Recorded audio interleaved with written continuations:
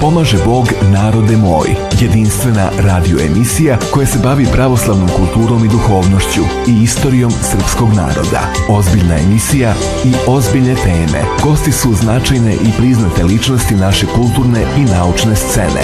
Samo na Bum Bum radiju. Ponedeljkom i sredom od 9:15 do 10 časova. Autor i voditelj emisije Svetlana Bogdanović.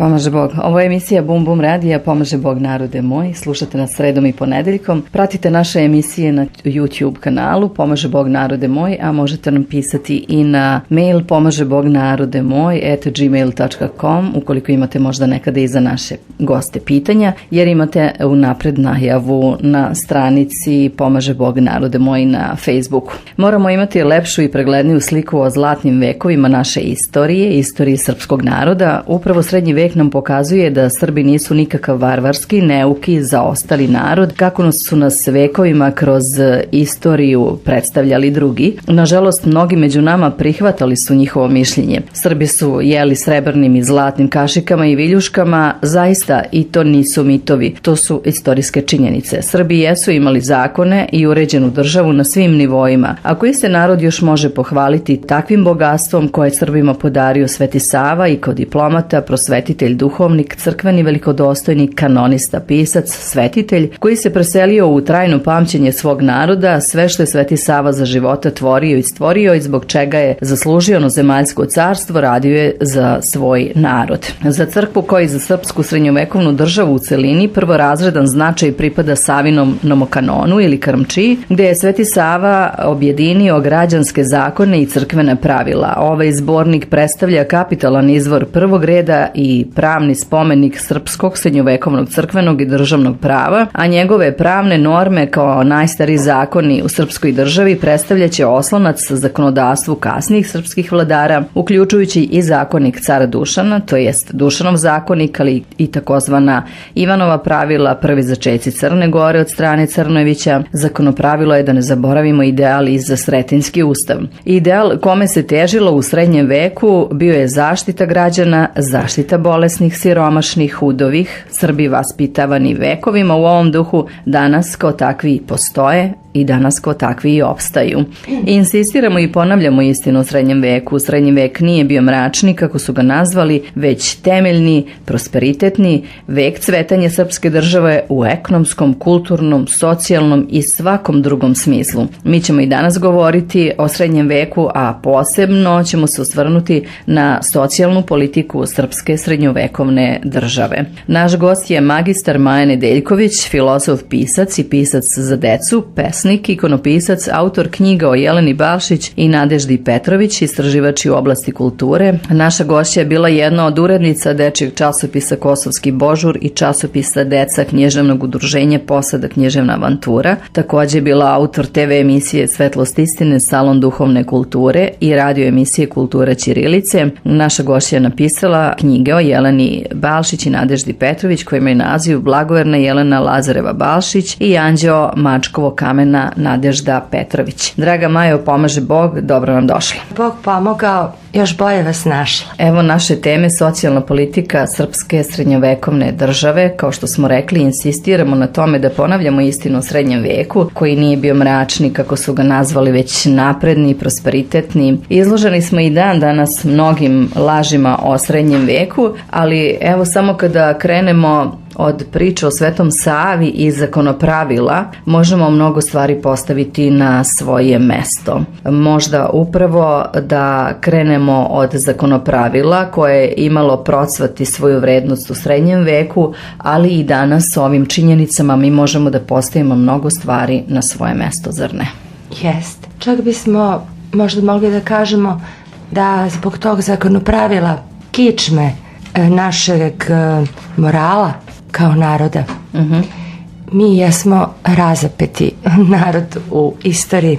Zakonopravilo ili krmčija, znači kao ono na čamcu ili na brodu, krma. Kako će se jedan narod kroz zakonike svoje, kroz zakone voditi i rukovoditi, poštovati, kako će on kroz to valovito, burno, izvinjavam se, vrlo opasno vremensko more dopreti do večnosti i tamo dopreti na onu pravu stranu večnosti. Nije čudo rečeno u mnogim knjigama srednjega veka da je zapravo naša srednjovekovna država i tadašnja Srbija u stvari novi Izrael. Zahvalimo tome što je to tako. Zahvalimo zakonopravilu Svetoga Save. Dakle, to je taj brod u koji smo ukrcani i mi idemo tim morem vremena, kako god to izgledalo nekada levo, desno, ovako, onako. I tamo na tim širokim pučinama mi ipak pronalazimo jednu liniju koju bismo, kad bismo na kopnu bili nazvali trnovitim, uskim putem kojim retko ko ide. Mi ošte ne idemo onim širokim drumovima. Jasno. To su posebne rute, to su rute ljubavi prema Gospodu i zaista ono što su naši protivnici, nažalost, nama je žao što je to tako. Mi žalimo, mi tugujemo što imamo protivnike. Mi bi voleli da to nije tako, ali tako je, kako je, šta da radimo, jel? Voleli bi da svu tu ljubav koja je bukvalno prosuta i data našem narodu kroz jedno ozbiljno zakonopravilo podelimo i sa drugima. I da kažemo, pogledajte kako bi trebalo uređivati državu. Država i jedno društvo, u tom zakonopravilu uređeni su svi odnosi i sva sagledavanja čoveka od onog najmanjeg do onog najvećeg i do onog najznačajnijeg do onog možda najneutralnijeg i zaista je važno rasvetliti koji značaj zakonopravilo ima danas za nas. Prvi rukopis Svetog Save nije u srpskom vlasništvu. Znamo da je najstariji prepis silovački prepis zakonopravila. Pre svega da krenemo o tome koliko je ovo složeno delo i da li je ovo prepis prethodnih zakona, recimo vezanih za rimsko pravo, kao što neki spominju pa romejskom, ili je ovo originalno, autohtono, naše srpsko, svetosavsko, hrišćansko zakonopravilo, mudro očišćeno od nehrišćanskih sadržaja prethodnih zakona kako je mogao samo Sveti Sava i da upravo to rasvetlimo. Mi ćemo to rasvetliti, a ti si već u ovom pitanju sažela odgovor koji ćemo mi sada tokom emisije obrazlagati. Da, jeste, to je autohtono delo. Naravno, u svakoj nauci vi imate istorijat prethodni. Ne počinjete prvi i morate da se oslanjate na ono što je bilo prethodno. Tako je. To je normalno. Ali ne možemo mi sad to zloupotrebljavati u smislu da kažemo to je prepis, to je samo prepis, to je samo prevod. To nije tako. I to jeste naše srpsko zakonopravilo, kao što i svetosavlje, pravoslavlje srpskog stila i iskustva u pravnoj nauci, to je zakonopravilo. Znači, srpski stil, srpsko iskustvo u jednoj crkvi koja je dobila samostalnost u Savino vreme i zahvaljujući njemu i njegovim mudrim savremenicima, trebalo je imati zakonopravilo i on ga je učinio. To dakle nije puki prevod, jer toliko toga iz prethodnih zakonika je izneto, toliko toga novog je uneto, jasno, toliko toga novog je isprepletano kao u jednom novom prepletu, toliko toga je umekšano tamo gde treba, a tamo gde treba nešto učvrstiti, to je gvozdenom rukom učvršćeno. Ali to je ono što nas drži u veri i to je jedno samosvojno delo koje mi treba da se ponosimo kao narod.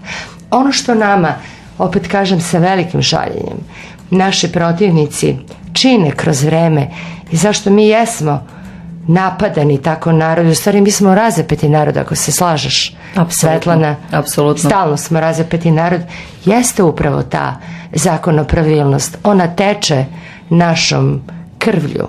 Znači, to je zapis zakonodavni koji teče našom krvlju, koji je postao naša običajnost i koji je pre toga, što je Sveti Sava vrlo vodio računa, znači da mi gledamo i šta su učinili naši preci pre toga, uneo.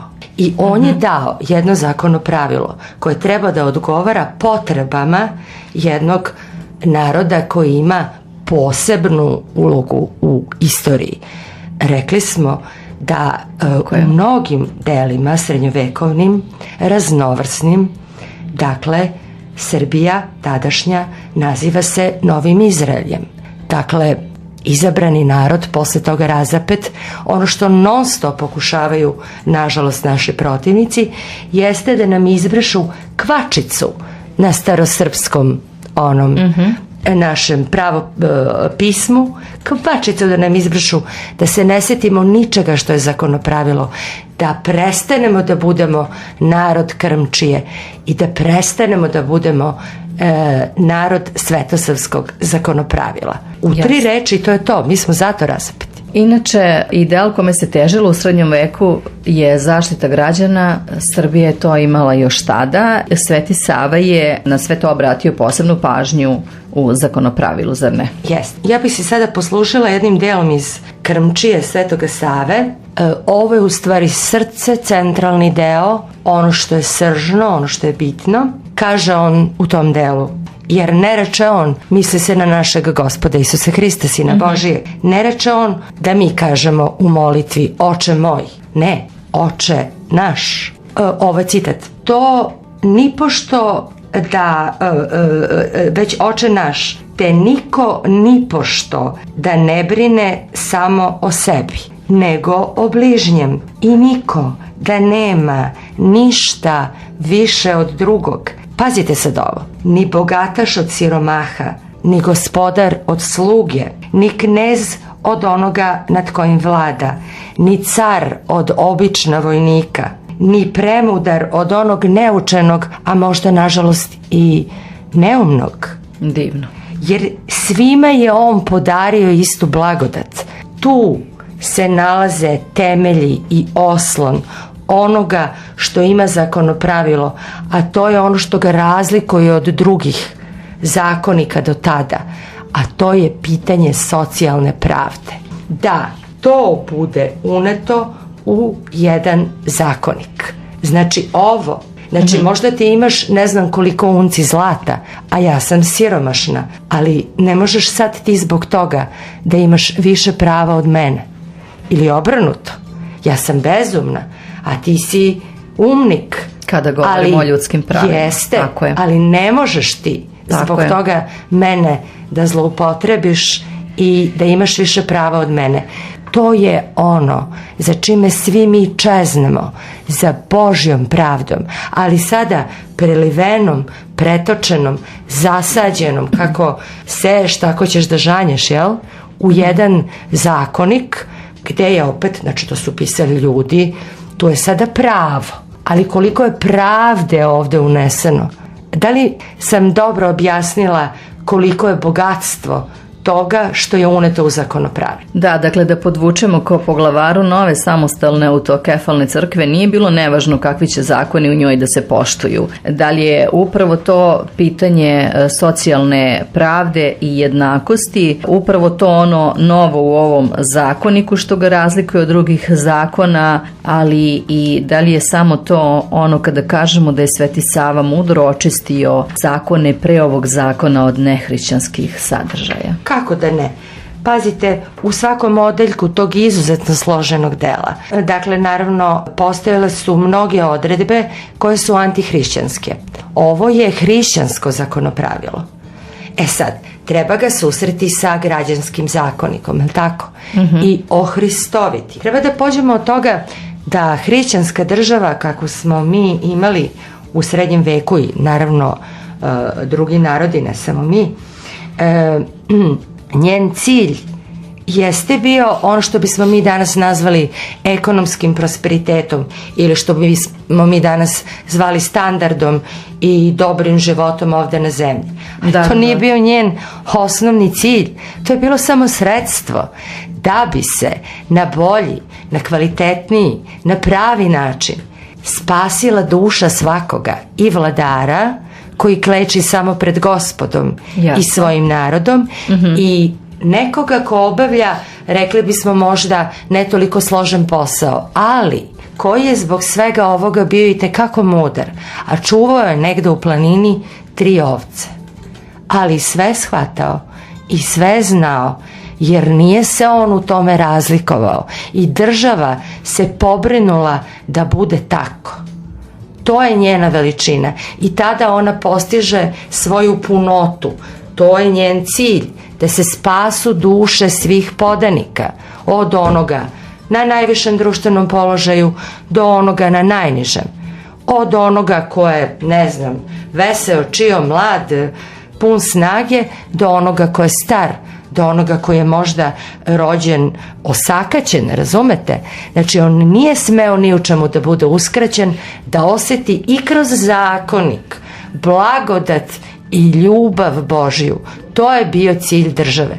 Zato je bilo nemoguće, a da zakonopravilo ne sadrži tako tankoćudno, tako tankovito.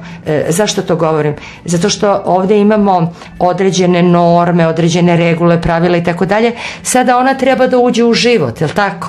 Gde se dešava mnogo toga, ali one treba da budu tako meke ili tako elastične ili tako mudre da svako od tih situacija predvidi ili predupredi ili poboljša.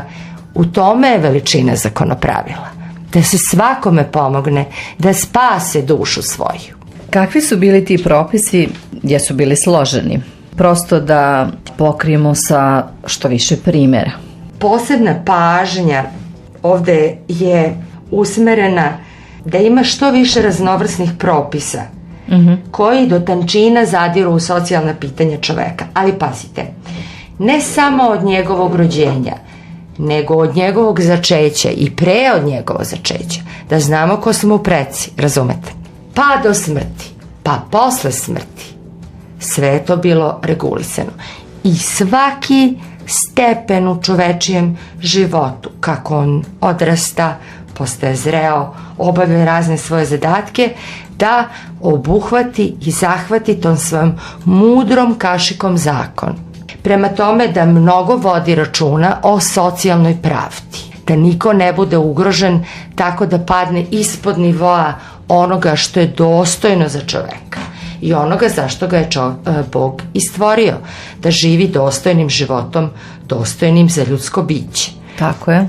U tom smislu složenost ovih pitanja, recimo možemo ovo da kažemo, pošto je to nama danas vrlo značajno zbog toga što je recimo porodica ugrožena. Porodica se ovde tako štiti zakonom i toliko mnogo štiti zakonom i postavlja se za razliku recimo od rimskog prava na tako čvrste pravne temelje. Nekada ste vi, recimo, što se tiče rimskog prava, ako ste u braku, muškarac i žena, dakle, mogli da raskinu brak tako što će, parafraziram, žena reći mužu, slobodan si, čini po svome, a on joj kaže, ženo, slobodna si, odsad čini po svome. I bračna zajednica bi se time raskinula. Ovdje nije tako. Ovdje postoje dužnosti koje članovi porodice i oni koji su zasnovali bračnu zajednicu, dakle, treba da poštuju. I nije bilo moguće tek tako lako rasturati porodicu, jer u odnosu između muškarca i žene rađaju se deca. Dakle, treba da imamo ogromnu odgovornost, jer smo ih dobili od Gospoda. Kako ćemo ih vaspitati? Kako će ona proći posle toga? Kako će ona to doživjeti? Kako će ona doživjeti razdvajanje oca i majke i tako dalje i tako dalje. Sve je to potanko raspredeno, da tako kažem, u zakonopravilu Svetoga Save. Da bude zaštićena i žena, da bude zaštićen muškarac, da bude zaštićeno dete, da budu zaštićeni roditelji, da budu zaštićeni svi koji su recimo u toj nekoj porodičnoj zajednici, ali da bude zaštićeni pojedinac. Bilo je ljudi koji iz ko zna kojih razloga ili su ostali bez bračnog druga ili ga nisu stekli. Pa i oni ne mogu da ostanu bez istih prava. Oni isto treba da osete ljubav i blagodat onoga što postoji u toplini nekog doma. U ovom slučaju to će biti toplina crkve, sunarodnika, bližnjih i naravno države koja će se brinuti o takvom čoveku. Niko nije smeo da se osjeća usamljen, ugrožen i odbačen. Mi smo pre, ja mislim, mesec, 2, 3 imali emisiju o medicini, je li tako? Da, medicini srednjeg veka. Sad nismo rekli tada da su i najteže bolesnici od bolesti koje se nisu mogle izlečiti bili u karantinima, je li tako? Koji su i naš izum. Pa ti karantini nisu bili na Vrškoj čuki, nisu bili odneti negde na vrh neke planine pa da su oni bili odvojeni od društva. Ne, oni su bili blizu naših najlepših hramova i blizu dvorova naših vladara. Znači i ti ljudi nisu bili odbačeni od zajednice. Pa ni ovi ljudi neće biti odbačeni i nisu bili odbačeni od zajednice. Znači o svakome se vodilo računa, u kakvoj situaciji se nalazi. Posebno se vodilo računa recimo o siromašnim ljudima. Oni nisu zbog toga smeli da budu ugroženi, pa da ih neki velmoža može, ne znam, sutra zbog toga što poznaje ovoga ili onoga ili ima dosta zlata dobiti na sudu ako su u nekom sporu. Da govorimo ovim današnjim jezikom. To nije smelo da se desi. Mora da se rasprede stvar. Pa ako je taj čovek kriv, kriv je, ali ne smemo ga odbaciti, ne smemo ga zbog toga što je on lišan u tom trenutku materijalnih sredstava, lišiti sada svega drugoga. Drugo, čovek nije smeo da ostane na ulici. Danas, ajde prođite ovim prolazima našim ovde u Beogradu, pa ćete vidjeti ljude koji spavaju po kartonima, ja više ne znam, prose po ulici, pa to nije bilo moguće uopšte. U srednjem veku. Nije bilo prosjeka. Molim vas, crkva je bila ta, zadužena bukvalno, da takve nahrani, obuče, da im da sve što je potrebno. Ako se to ne čini, onda postoji, znači, i zakonik i tako dalje. Znači, i crkveno i državno pravo bili su lepo uvezani i skladno upleteni jedno u drugo. Svako je svakome bio odgovor. I beskućnici su dakle bili zbrinuti. Pa to nije bilo beskućnika. Postojali su takozvani časni domovi. O tome ćemo nastaviti kasnije. Sada da napravimo pauzu za reklame i nastavljamo naš razgovor. Danas u emisiji Pomaže Bog narode moj govorimo o srednjem veku i posebno o socijalnoj politici srpske srednjovekovne države. Prijatelj frekvencije, agencija Prosperios. Nemaš puno vremena, a treba da registruješ auto, posetiš knjigovođu i platiš račune. Uštedi vreme i prosperiraj. Obavi sve na jednom mestu. Prosperios. Agencija za registraciju vozila i knjigovodstvene usluge Prosperios. Poručnika Spasića i Mažare 14 Žarkovo. Uz kompletnu registraciju vozila. Poklon, pomoć na putu 069 65 6515. Prosperios.rs. Sve na jednom mestu. Pomaže Bog narode moj na Bum Bum radiju. U emisiji Pomaže Bog narode moj danas je naša gošća magistar Maja Nedeljković, filozof, pisac, pesnik, pisac za decu, ikonopisac, autor knjiga o Jeleni Balšić i Nadeždi Petrović, istraživač u oblasti kulture. Maja se posebno bavi srednjim vekom. Danas govorimo o kakva je bila socijalna politika srpske srednjovekovne države. Poseban akcenat smo dali na zakonopravilo, na Mokanon Svetog Save u kojem je sve regulisano. Očigledno je da Sveti Sava u svoj Mokanon uneo brojne odredbe o zaštiti siromašnih, obespravljenih i uopšte socijalno ugroženih slojeva. Njegova knjiga je pretpostavlja se zbornik zakona božanskih prava ispunjena hrišćanskim moralom i etikom i kako smo svi pred Gospodom jednaki, tako je Sveti Sava obratio pažnju da svi imamo osnovna prava i normalna ljudska prava. O tome danas govorimo, kako se, ukoliko se obraćala pažnja upravo na takve u srednjem veku. Otvorili smo temu saradnje crkvenih i državnih vlasti, kojom je i bila regulisana ova socijalna politika. Kako je sve to regulisano i kako je izgledala ta saradnja? Pa evo, postojali su takozvani časni domovi. To je sama reč govori o tome. Kada uđete u časni dom, ušli ste u časni dom, vi ste već zaštićeni samim tim, a vi ste realno zaštićeni, zaista. Dakle, u tesnoj saradnji sa nosiocima građanskih vlasti crkva se starala o osnivanju časnih domova. To su bili starački domovi, sirotinski domovi, domovi za bolesnike, za nezbrinutu decu, za lica sa posebnim potrebama, za ljude koji su nekom nevoljom došli sa strane pa tu ostali, za ljude koji su bili zarobljenici pa ko zna šta preživjeli u zarobljeništu pa se vratili i tako dalje. Ovi domovi imali su svoje upravno osoblje, to je bilo do tančina regulisano kako to treba da izgleda, dakle imali su svoju administrativno osoblje i imali su svoju pokretnu i nepokretnu imovinu, a ona se pre svega stitala zaveštanjem i velmože velikaši su se bukvalno utrkivali da daju što više, što bi danas, eto da koristimo te izraze, donacija, pomoći. Dakle, to je bilo njihovo i oni su se time dičili, ali to nisu obelodanjivali, zato što bi to bilo ružno. Kada uradiš dobro delo, ti se ne hvališ. Tako je. Ali ti časni domovi su bili časni, udobni, topli, lepo uređeni, freskopisani, kao crkve.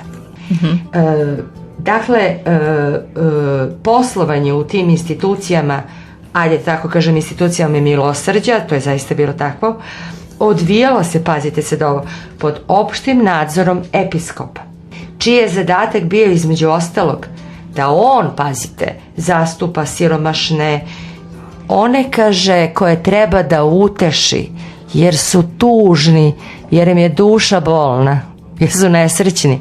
Pa imali to u nekom zakoniku, molim vas, mislim, šta da vam Samo kažem? kod Srba i kod Svetog Save. Za one koji su pretrpili siroti negde neko nasilje i sada pati im duša. Trebalo ih je utešiti. Ko će da ih uteši? Vidite? Kao ugroženi takođe pominju se ljudi sa telesnim manama, bilo urođenim, bilo stečenim, bilo ljudi, što mi danas kažemo, sa posebnim potrebama, ljudi koji su bolovali od nekih posebnih bolesti kao što postoji i danas. A inače, dakle, ljudi slepi, gluvi, hromi, nemi i bolesni od takvih bolesti. Dakle, oni koji nisu bili sposobni sad nešto da privređuju. Mada su oni i tu prevređivali ako bi želeli. Pazite, ako bi želeli, mogli su da privređuju. Jasno. To nije bilo uopšte normalno njima zabranjeno. Njih štite prvenstveno crkveni zakoni. Zašto? Pa Bog ih štiti. Pa ko će na njih? Pa oni su Božje stvorenja. A onda građanski zakon koji to prati i isto ih tako štiti. I onda ih štiti građansko zakonodavstvo. Dakle, ne možete vi sada te ljude dalje da ugrožavate ni po kom osnovu.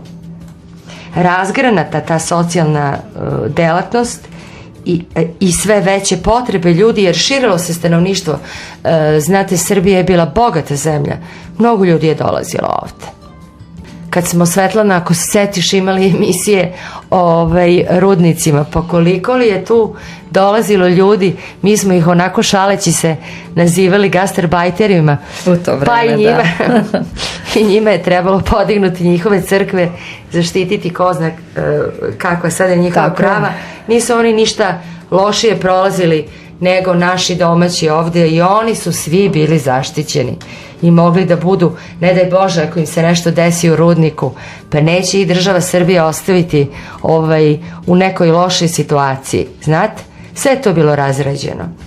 Tako je. I tako da, naravno da episkop sada nije mogao sve to u jednoj vrlo velikoj državi. Trebalo je da budemo i carevine, je li tako? Jesmo bili carevina. Nije to mogao samo episkop da radi, naravno on je imao svoje zastupnike i što se tiče crkvene vlasti i što se tiče građanskih vlasti, oni su naravno bili odgovorni i potpuno je bilo regulisano to kome sada oni polažu račune, na koji način sada raspolažu određenim sredstvima, šta se dešava sa ugroženima. Znači tu nije smelo da bude zloupotrebe. Ako sam bila jasna. Tako je. Kako se to dešavalo. Tako je. To je bio visok nivo zaštite stanovništva. Obratilo se pažnja na sve, od najmlađih do najstarijih, zdravih, bolesnih. Ono što je jedno lepo pitanje kada pričamo o srednjem veku i pravima i obavezama je i pitanje i žena u srednjem veku. Da kažemo nešto o ženskom pitanju. Da li su feministkinje izmislile potrebu da se žene tobože zaštite u patrijarhalnom društvu i sve te razne pojmove vezane za zaštitu takozvanih ženskih prava, ili su žene u Srbiji imale svoje prava još u srednjem veku? Pa kako da nisu? Pa Bog ih voli isto kao i muškarce, prema tome sve vreme govorimo o istim stvarima. A pazite sad, ženska priroda, ženska uloga, koliko je to složeno. Mi žene to znamo. Od malih nogu pa ne znam do kada. Pa sve je to bilo regulisano. I za, recimo, ajde sad da krenemo opet od siromašnih, za siromašnu devojku trebalo je ona da zasnuje porodicu, pa da i ona nešto unese u taj brak. Pa tu je bio neki bogati vlastelin koji bi joj dao miraz. Evo, recimo, ja sam pisala knjigu o blagovrnoj Jeleni Lazareve Balašić. Njen testament se jednim delom sastoji od toga da ona ostavlja pričan deo svoje imovine siromašnim devojkama da se dobro udadu. Znači, da svi budu, da žive normalni, ako je moguće, bolji i bogatiji život. Živimo na ovom svetu i svi želimo da živimo lepo. Nije se to ništa razlikovalo u srednjem veku od danas, niti Bog to zabranjuje. Ako se ne krše, naravno, Božji zakoni i tako dalje, ili ako se one zaborave. Žene, dakle, od one najmanje, bebice ženske, pa sad kroz tu složenu ulogu koju žena ima u društvu. Majka, supruga, sestra. Pazite, sve je to bilo regulisano. Ako ostane bez svoga muža, udovica je posebno bila zaštićena, njena deca, njena porodica. I to postoji u našem narodu. Sućut, to je naša reč. Da. Prema ženi koja je ostala sama. Mi imamo danas poštovanje prema udovicama. Mislim, to je ugrađeno u običajnost našega naroda, a u zakonopravilu posebno se govori o tome. Tako imamo i zaista o siromašnim, oprosti Svetlana, o siromašnim ženama. Da, imamo i onaj lepo običaj gdje bi ljudi u jednom selu, komšiluk i šire ljudi odlazili upravo u pomoć da sve porade, poseju, sklone letinu, određene kulture, ženi koja živi sama sa decom, koja je udovica ili koja je napuštena, porade njeno kao i svoje bez da očekuju ikakvu nadoknadu. Taj običaj i dan danas postoji u našoj lepoj Srbiji. Oprosti, u našoj prekrasnoj Srbiji, najlepšoj na svetu, to postoji i ta pomoć se nije sastojala samo materijalnim sredstvima, nego u takvoj pomoći. Znači u pomoći u radu. Ali isto tako, pazite, i žene koje bi ostale same iz Bog zna kakvih razloga, ili bez muža i bez dece, ili možda nisu zasnovale bračnu zajednicu. Znate, bilo je raznih situacija i njima se pomagalo. Niko njih nije ostavljao, znate. One nisu bile same. One su bile potpuno zaštićene. Ako bi neko sad nešto pokušao da im naudi, one bi otišle u prvu crkvu, bile zaštićene. Ili bi otišle i požalile se tamo gde treba, a onda bi delovao građanski zakonik. Niko ih nije ugrožavao. I svi su poštovali žensku prirodu, koja ona ima tu svoju posebnu nežnost i traži posebnu pažnju. Kakvu je ljubav pokazao, da tako kažem, prema toj teškoj ulozi žene u ovome palome svetu, u zakonopravilu Svetoga Save, da mi danas možemo samo da plačemo i da kažemo da su ovo danas ova naša ženska prava koja su nas samo natovarila svašta na leđa, što ne znači da tadašnje žene nisu radile, nego uživale, da se malo našalim, kao grofice. Ne, radile su, privređivale, ali se nisu osjećale manje vredne. Uzgajali i brinule o daleko brojčanijoj porodici nego što danas to čine žene. Jeste, ako to nisu njihova deca, brinula su se o drugoj deci i tako dalje. Znači, svaka žena u sebi nosi majčinski princip. I ona ga isto pokazuje kao i žena koja je rodila dete. Mislim, i o tome se vodilo mnogo računa. Znate, da ona slučajno se ne osjeti usamljena, sama i tako dalje. Tako je. Dakle, apsolutno porodica u srednjem veku bila pod zaštitom države, zakona, podizala se svest o uzajamnim dužnostima, ali i poštovanju, vodilo se o pravima roditelja, dece, zaštiti žena, starih, bolesnih, siromašnih. Na svaki segment Sveti Sava je obratio pažnju i možemo li da kažemo da je on pisao taj zakonik striktno za srpski narod, znajući psihologiju sopstvenog naroda? Da, on ga je pisao poštujući prirodu našeg naroda. Svaki narod ima neku svoju prirodu, ima neku svoju tradiciju. Mi smo drevan narod. On je upravo zato i napisao zakonopravilo koje će odgovarati nama. Ali s obzirom da ima ovu, da iskoristim stranu reč, univerzalnost, svi smo mi Božja bića, jel? Mislim, sve nas podjednako Gospod voli. Bili mi pravoslavni, ne ovakvi, onakvi. Dakle, zakonopravilo vredi i za druge. Potpuno isto. Ovo bih htjela da kažem, žena koja je bila tako zaštićena također nije mogla to da zloupotrebljava. Znate, ne bi mogla ona sada da slaže da je neko njoj uradio nešto što nije, pa sad taj čovjek da strada. Pazite, to nije moglo da se desi. Izgubi čast, ugled, školu i ostalo. Mislim, imala ista prava kao i muškarci, moraš da govoriš istinu. Govori istinu. Ako te je neko ugrozio, kaže istinu o tome. Nemoj ići kod episkopa sada da tražiš nešto i kažeš da je neko uradio nešto, nije. Onda podleže zakonu jer si lagala. Prema tome, znači, ravnopravnost, kako samo možemo poželiti, jel? Tako da se ne pomisli da su sad, kako sam se ja našalila, one bile neke grofice, pa sad mogu da iskoriste i zlopotrebe prava, ovaj mi je rekao ovo, ovaj ono, ne može. Apsolutno nepravedno nisu mogli biti. Mora se govori istina. Apsolutno nepravedno nisu mogli biti optuženi muškarci za neka nedjela ukoliko ih nisu počinili. Ne, nikako, i o njima se vodilo računa. Kako je tek njihova uloga složena u životu. Dakle, u ovaj nomokanon Sveti Sava je uneo i odredbe Mojsijevog zakonodavstva i samim tim, kao što smo rekli na samom početku, da to još jednom istaknemo, očistio zakonopravilo od nehrišćanskih sadržaja prethodnih zakonika i na zakonopravilo Svetog Save svi kasniji zakoni se oslanjaju. Naši, da. Dok nismo počeli da se odvajamo od zakonopravila, prosto divergiramo, bilo u 19. veku polako, da se upodobljavamo nekim drugim pravilima zakonskim. Tako je. Dobro. Htjela bih ovo da kažem, vidite, u zakonicima nekima koje on imao pred sobom, bio je poliglota, ali dobro, naravno znao i grčki jezik.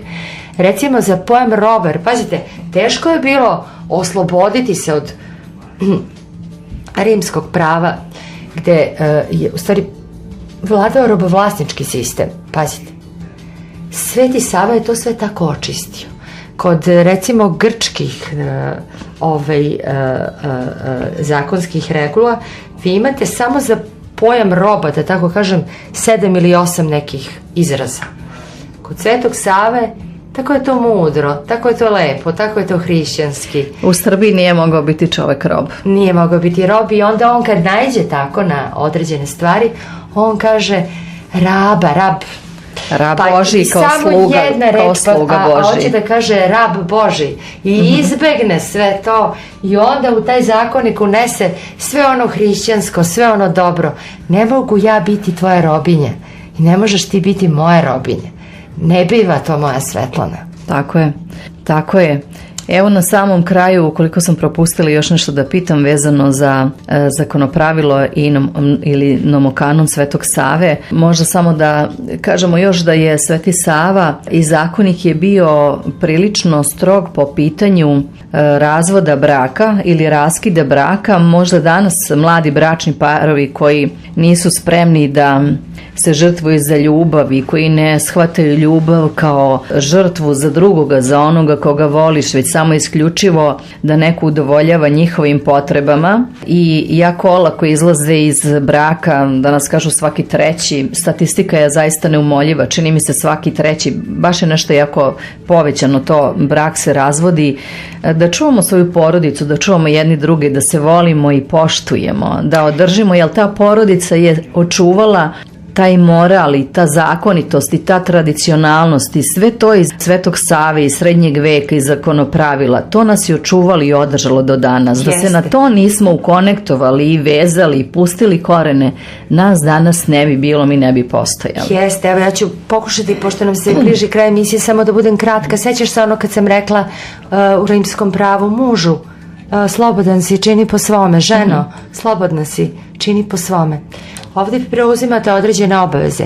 Ako, pazite, bilo i to, ako ne mogu da žive dvoje ljudi zajedno, ali opet povuku toliko dužnosti, razumete, koji i dalje moraju da poštuju, da je to i dalje ta bračna zajednica. Znači i teško se raskidao brak, ali mogao je da se raskine, znate, mislim, nije sada to bilo tako, ali to nas je očuvalo. Zakonopravilo je ušlo u narod, narod je ušao u zakonopravilo. Samo ovo da kažemo. Što se tiče zakonopravila, kao jednog zakonika, u njemu se desilo ono što se desilo u našoj srednjovekovnoj državi, da je ona vremenska horizontala krstonosno poljubljena sa vanvremenskom vertikalom. I to je reč o zlatnom zakonopravilu, o toj zlatnoj državi, i nadam se o tom preseku da ga svi imamo u dušama i u srcima, i onda ćemo biti zaštićeni, jer Bog nas štiti, a zakonik je zakonik. Amin. Amin, Bože daj. Bože daj. Hvala Majo na divnom gostovanju, na divnom razgovoru, na ovim divnim i izuzetno važnim i bitnim temama za opstanak našeg srpskog naroda i očuvanje.